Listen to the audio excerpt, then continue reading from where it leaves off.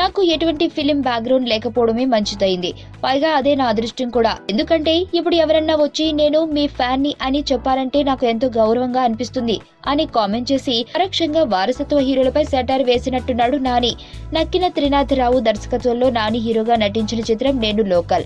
దిల్ రాజు నిర్మించిన ఈ నేను లోకల్ చిత్రం ఫిబ్రవరి 3న రిలీజ్ అవుతున్న నేపథ్యంలో మీడియాతో మాట్లాడిన నాని పై వ్యాఖ్యలు చేసి సంచలనం సృష్టించాడు. బ్యాక్గ్రౌండ్ ఉన్న హీరోలు కనిపిస్తే చాలు సార్ మేము మీ ఫ్యాన్స్ అండి అని చెబుతుంటారు. దాంతో వాళ్ళు నిజంగా నా అభిమానేనా అన్న డౌట్ ఉంటుంది.